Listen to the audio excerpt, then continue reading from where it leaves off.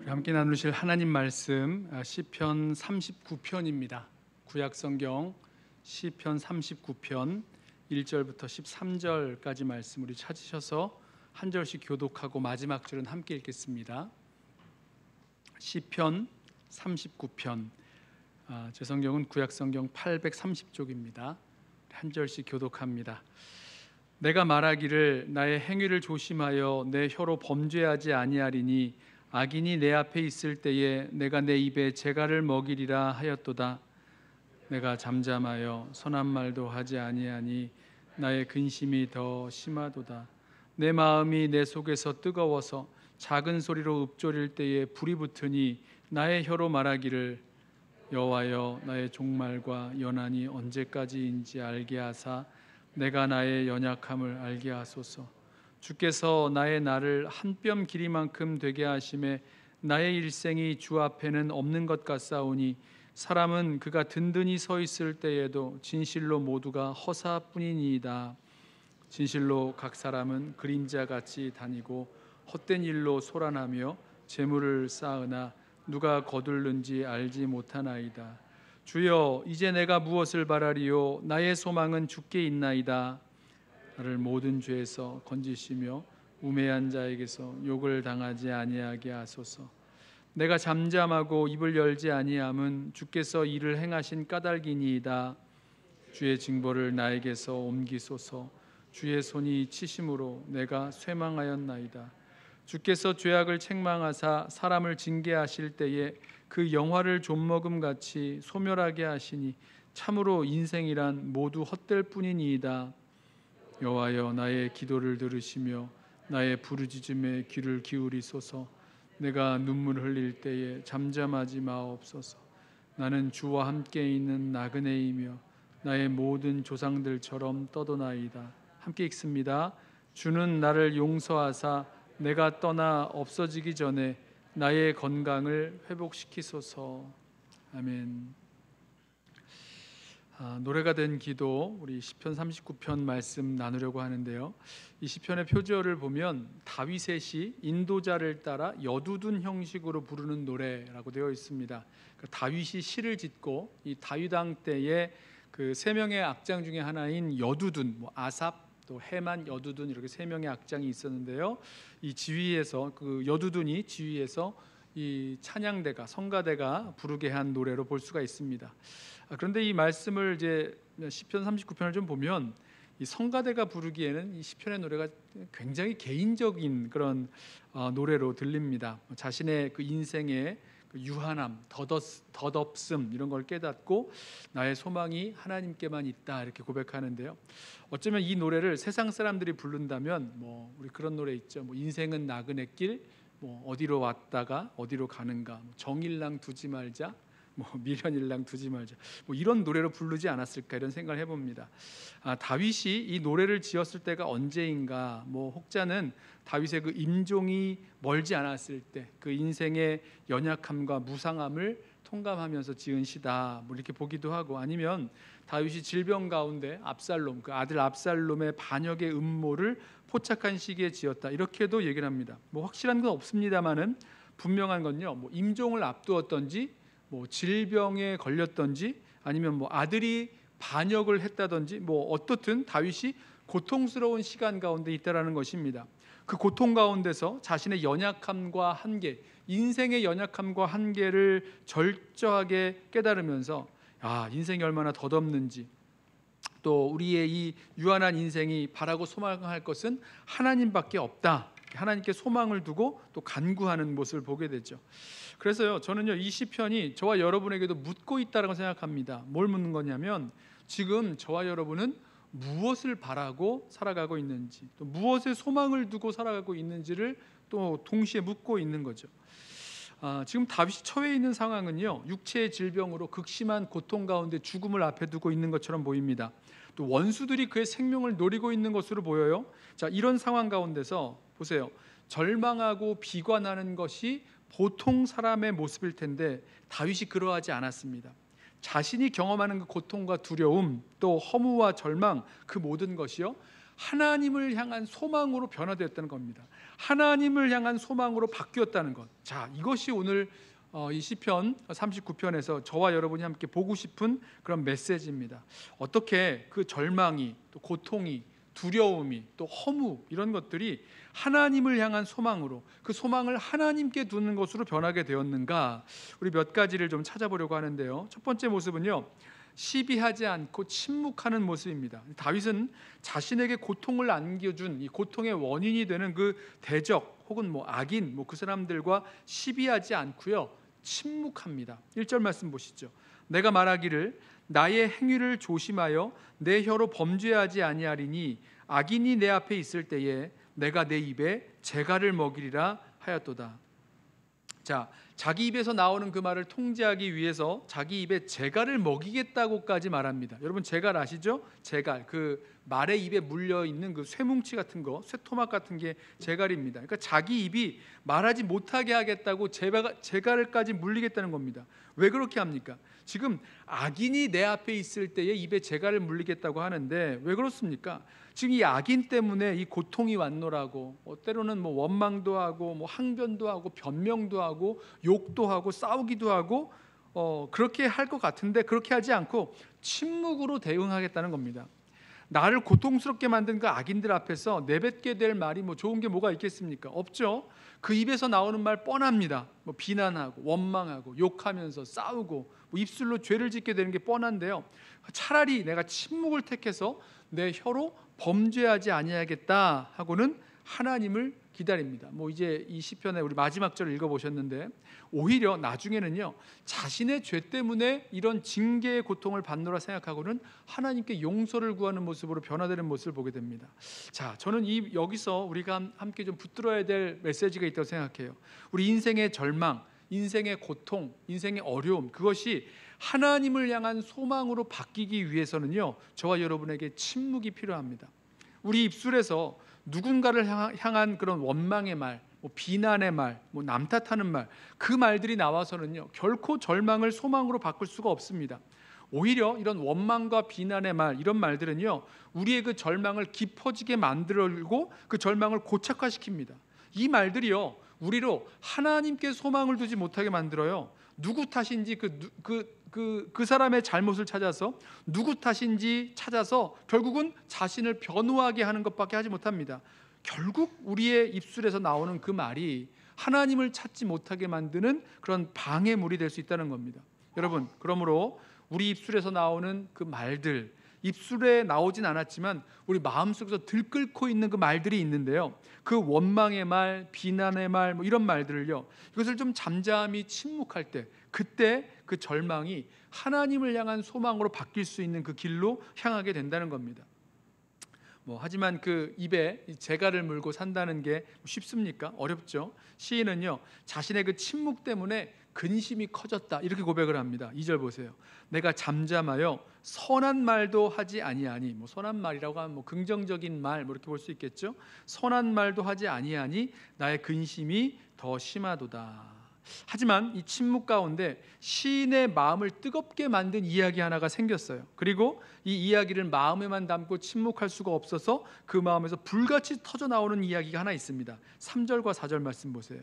내 마음이 내 속에서 뜨거워서 작은 소리로 읊조릴 때에 불이 붙으니 나의 혀로 말하기를 여호와여 나의 종말과 연한이 언제까지인지 알게 하사 내가 나의 연약함을 알게 하소서. 자, 처음에 입에 재갈을 물려서 입술로 범죄하지 않으리라 했던 그 말이요, 원망하고 변명하고 욕하고 싸우는 그런 말이었다면, 침묵의 시간 속에서 변화된 말은 나의 그 한계와 연약함을 알게 해달라는 말씀으로 변합니다. 여호와여 나의 종말과 연한이 언제까지인지 알게 하옵소서. 그래서 내가 나의 연약함을 알게 하옵소서. 여러분, 사람에게는 누구나 종말과 연한이 있습니다. 그러니까 죽음이 있다는 말이에요. 하나님께서 부르시면 거기까지입니다. 부르시는 날까지 사는 거예요. 그런데 자기가 천년 만년 영원토록 살 것처럼 인생의 끝이 있는 것을 잊어버리고 살아갈 때가 얼마나 많이 있습니까? 시인이 고통과 침묵 가운데 깨달은 것은 무엇이냐면 자기 인생의 덧없음과 한계, 그 연약함, 그 불확실함을요 정말로 깨달아야 한다는 것을 알았다는 겁니다. 왜 그렇죠?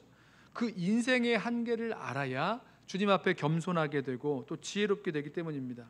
시편 90편에서도 모세가 같은 고백을 하죠. 유명한 고백입니다. 시편 90편 10절에 우리의 연수가 70이요 강건하면 80이라도 그 연수의 자랑은 수고와 슬픔뿐이요 신속히 가니 우리가 날아가나이다. 누가 주의 노여움의 능력을 알며 누가 주의 진노의 두려움을 알리이까. 우리에게 우리 날 계수함을 가르치사 지혜로운 마음을 얻게 하소서. 자, 우리의 남은 날이 한계가 있고 아주 신속히 날아가니 우리의 남은 날을 계수하는 지혜를 달라고 기도합니다.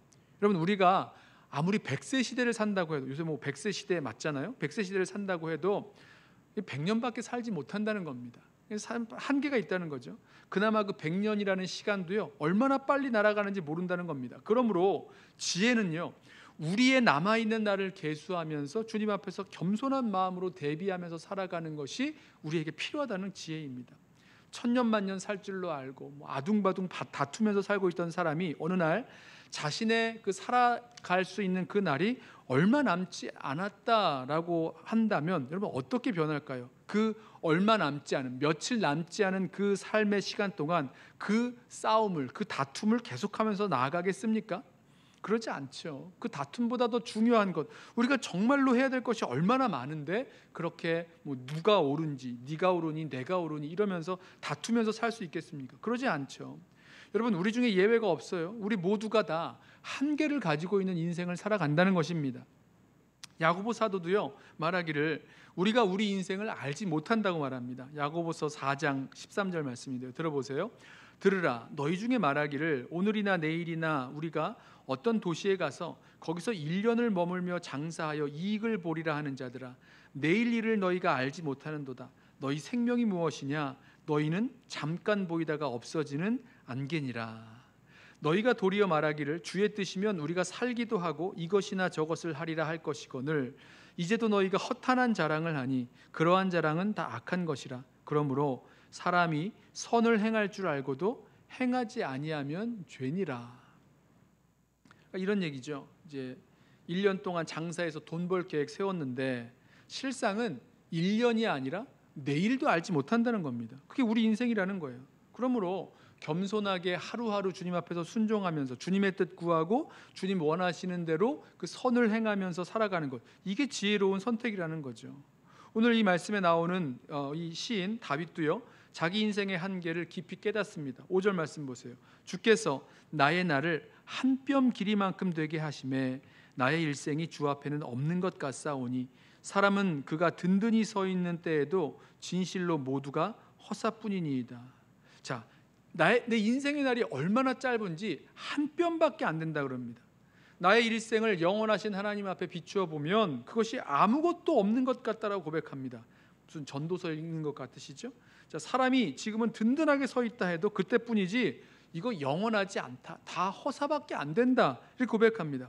마치 전도서의 기자가 헛되고 헛되며 헛되고 헛되니 모든 것이 헛되도다 하면서 나의 지식도 즐거움도 수고도 소유도 성취도 온갖 것을 다 해봤지만 이것 다 헛되더라 고백하는 그런 그 모습을 연상하게 됩니다. 전도서 2장 11절 말씀 이렇게 말씀해요. 그 후에 본즉 내 손으로 한 모든 일과 수고한 모든 수고가 다 헛되어 바람을 잡으려는 것이며 해 아래서 무익한 것이로다. 17절 이러므로 내가 사는 것을 하나였노니 이는 해 아래서 하는 일이 내게 괴로움이요 다 헛되어 바람을 잡으려는 것이로다. 저는 전도서를 읽을 때마다 이 헛되다는 말씀이 굉장히 많이 나오고 긴데요, 아니 이렇게 모든 게 다 헛되면 대체 뭘 소망하면서 어떻게 살아갈 수가 있겠습니까? 우리 근데 전도서의 결론을 알고 있죠. 뭡니까? 헛되고 헛되다는 그런 일의 결론을 다 들었으니 하나님을 경외하고 그의 명령들을 지킬지어다. 이것이 모든 사람의 본분이다. 이렇게 말씀을 합니다. 그래요.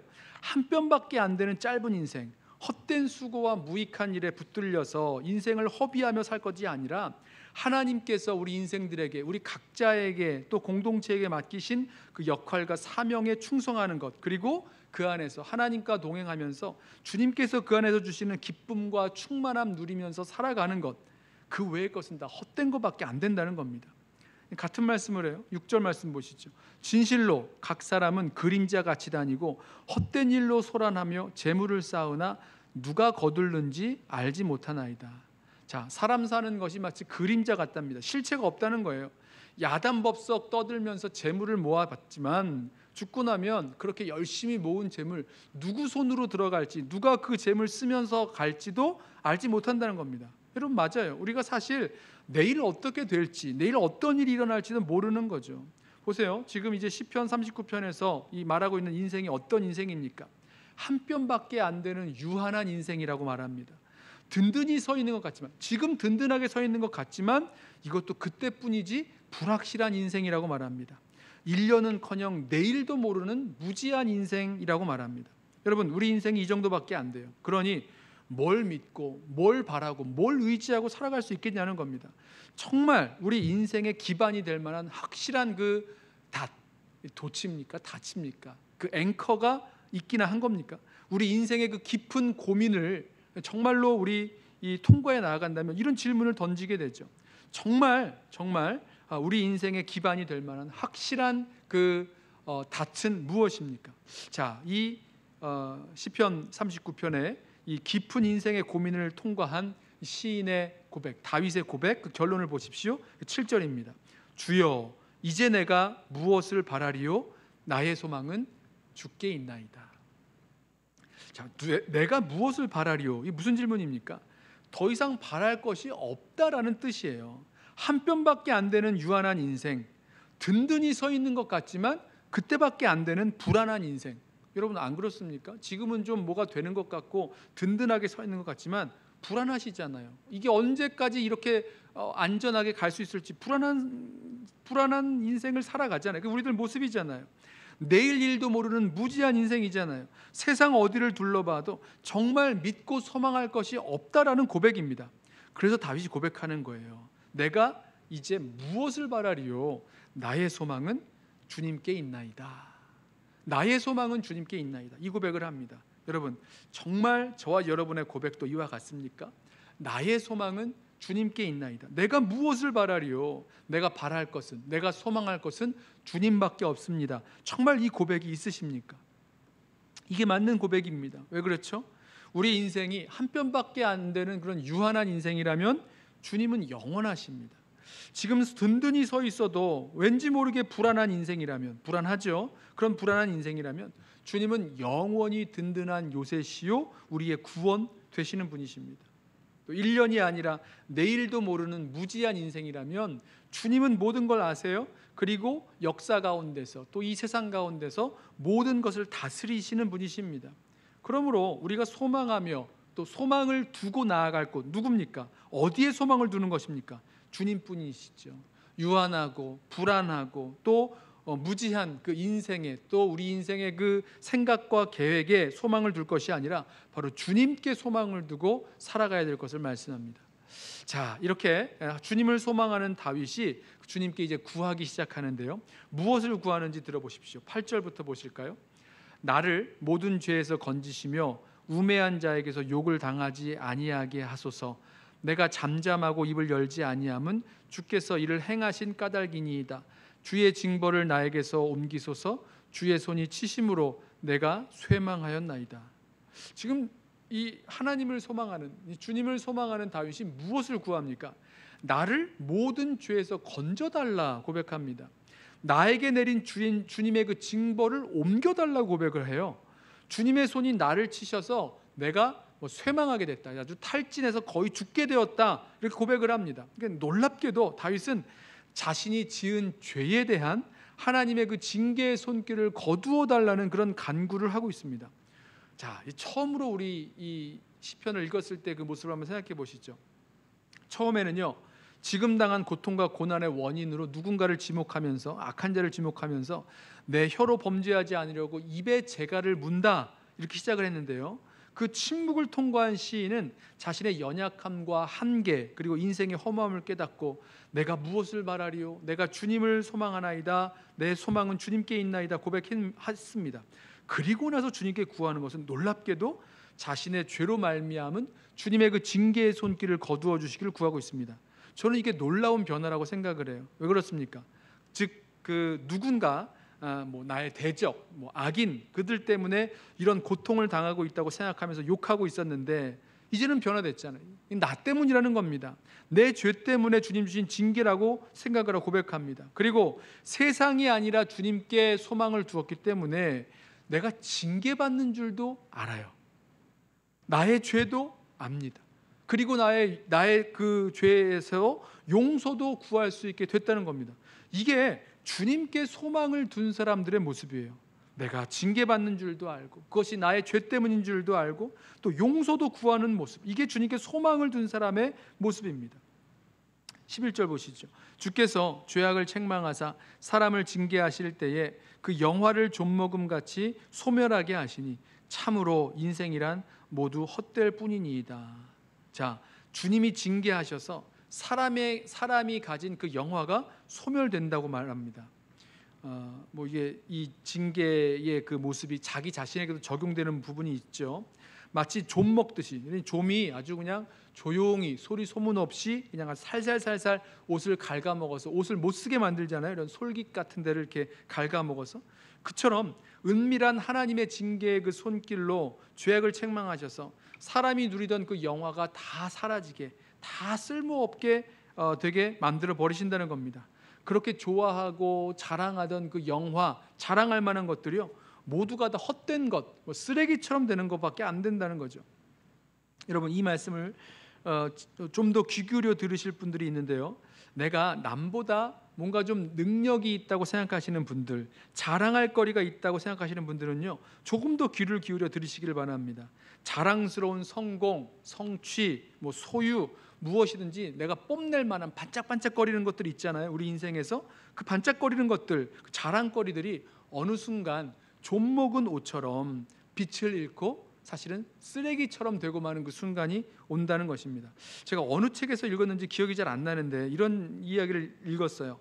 어떤 그 목사님이요, 테니스를, 목사님이셨는지 기억이 안 나요. 아무튼 테니스를 잘 치는 분이었는데 전국 대회에서 우승해서 받은 그 트로피가 있었다고 합니다. 그래서 이제 학교에 진열해 놨는데 학교를 졸업하고 시간이 좀 지났을 때 어느 날 그 트로피가 그 쓰레기 버리는 덤스터에 이렇게 버려진 거예요. 그리고 그 누군가가 그 쓰레기통에서, 덤스터에서 그 트로피를 발견하고는요, 그분에게 연락을 해서 그 트로피 가져갈 거냐고 전화가 왔더랍니다.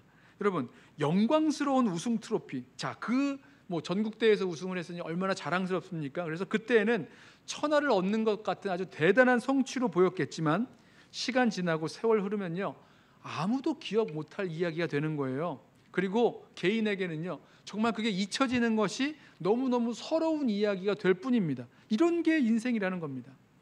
자, 보십시오. 하나님 앞에서 인생의 덧없음을 깨달은 사람, 그리고 자신의 죄인됨을 깨달은 사람, 그리고 소망을 하나님께 둔 사람, 이 사람이 이제 할 수 있는 건 뭡니까? 뭘 하겠습니까? 내 소망은 하나님께 있다. 내가 무엇을 바라리요? 나의 소망은 하나님께 있나이다 고백하는 이 사람이 할 수 있는 건 무엇입니까?